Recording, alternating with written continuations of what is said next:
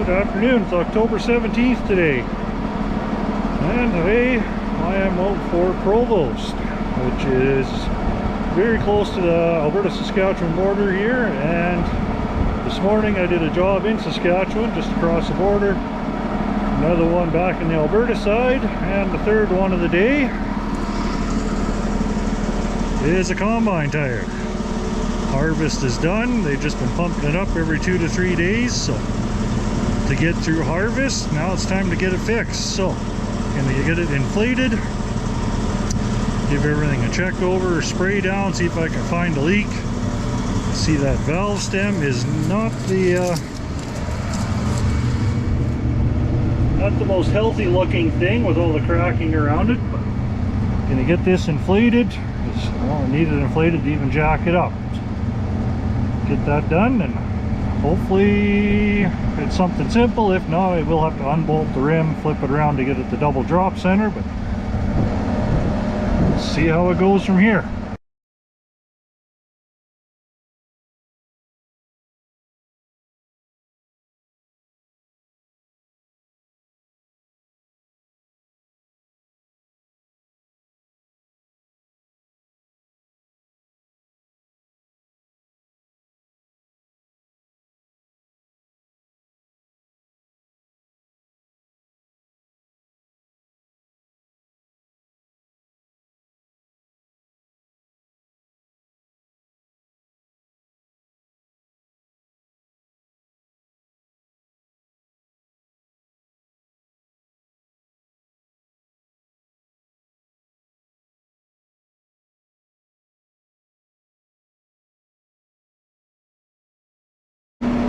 Got it aired up. Now, let's see if we can get extremely lucky. Well, I'd say that's the leak. You can tell from all the bubbles. Well, that is a relatively easy fix. Deflate it, break the bead on this side. Probably check some other spots that kind of tend to be issues, like the bead.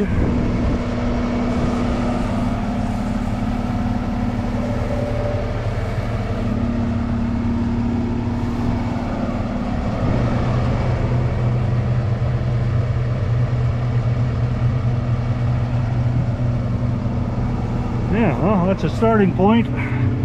I'll keep checking it over. If I find anything else, well, I'll let you guys know.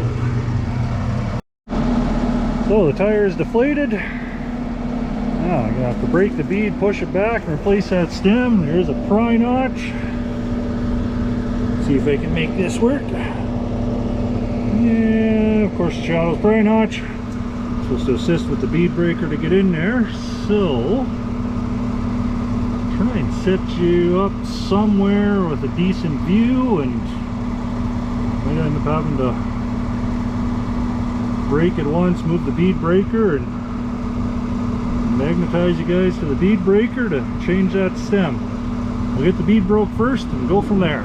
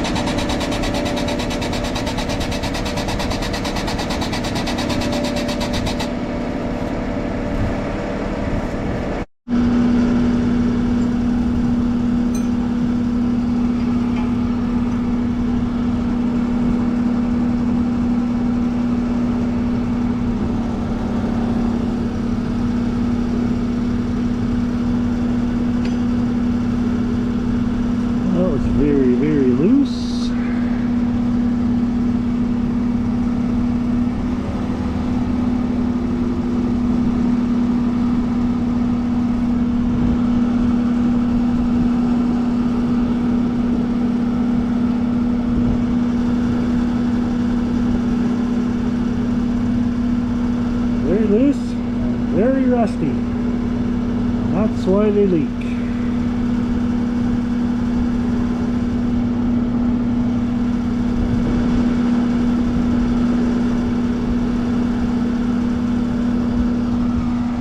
And when part of the rubber O-ring is left behind, you know it's old and very weather-cracked.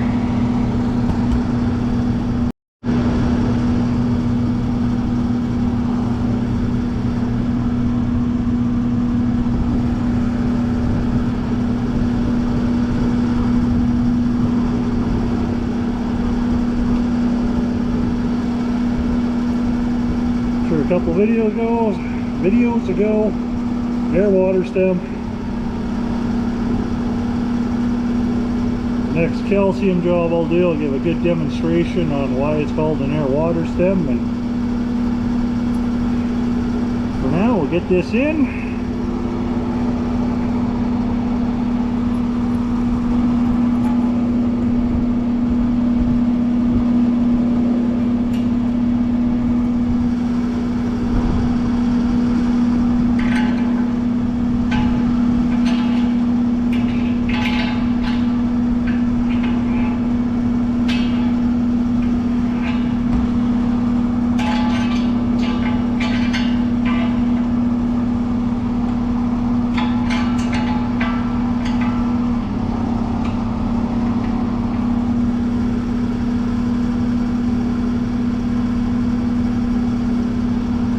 You guys can see that it's rubber in here at the top squishing out.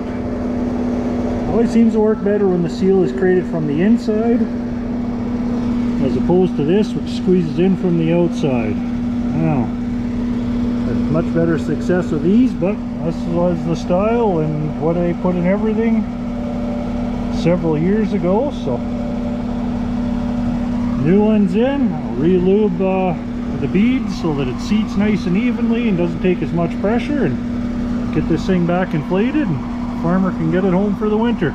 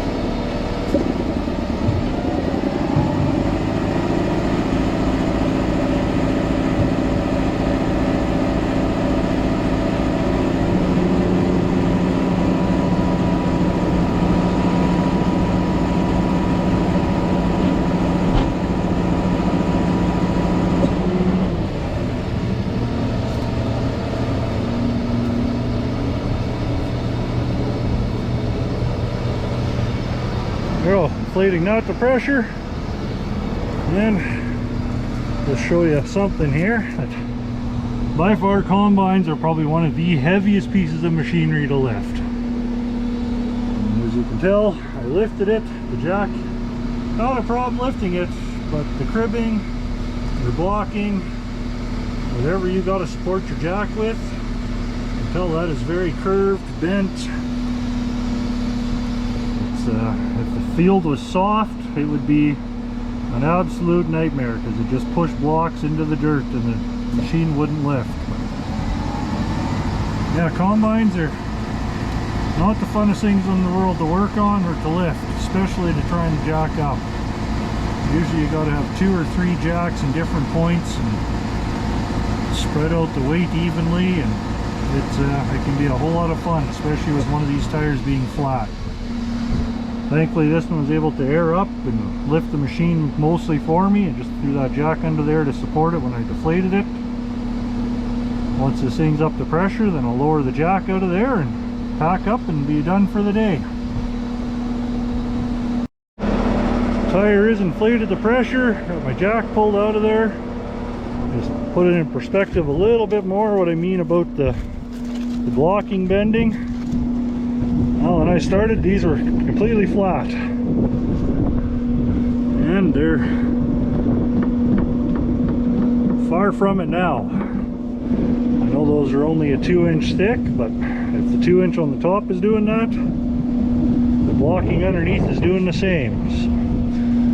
But just got the last little bit of the truck to pack up, and then back to town and to the hotel for the night. This is one of those occasional overnight ventures out of towns. From where I'm at now, I'm about 3.5 hours back to, closer to 3.5 hours back to base. So to drive back there tonight would be kind of pointless and a very long amount of driving time to come right back out here tomorrow morning. So it comes to hours of service and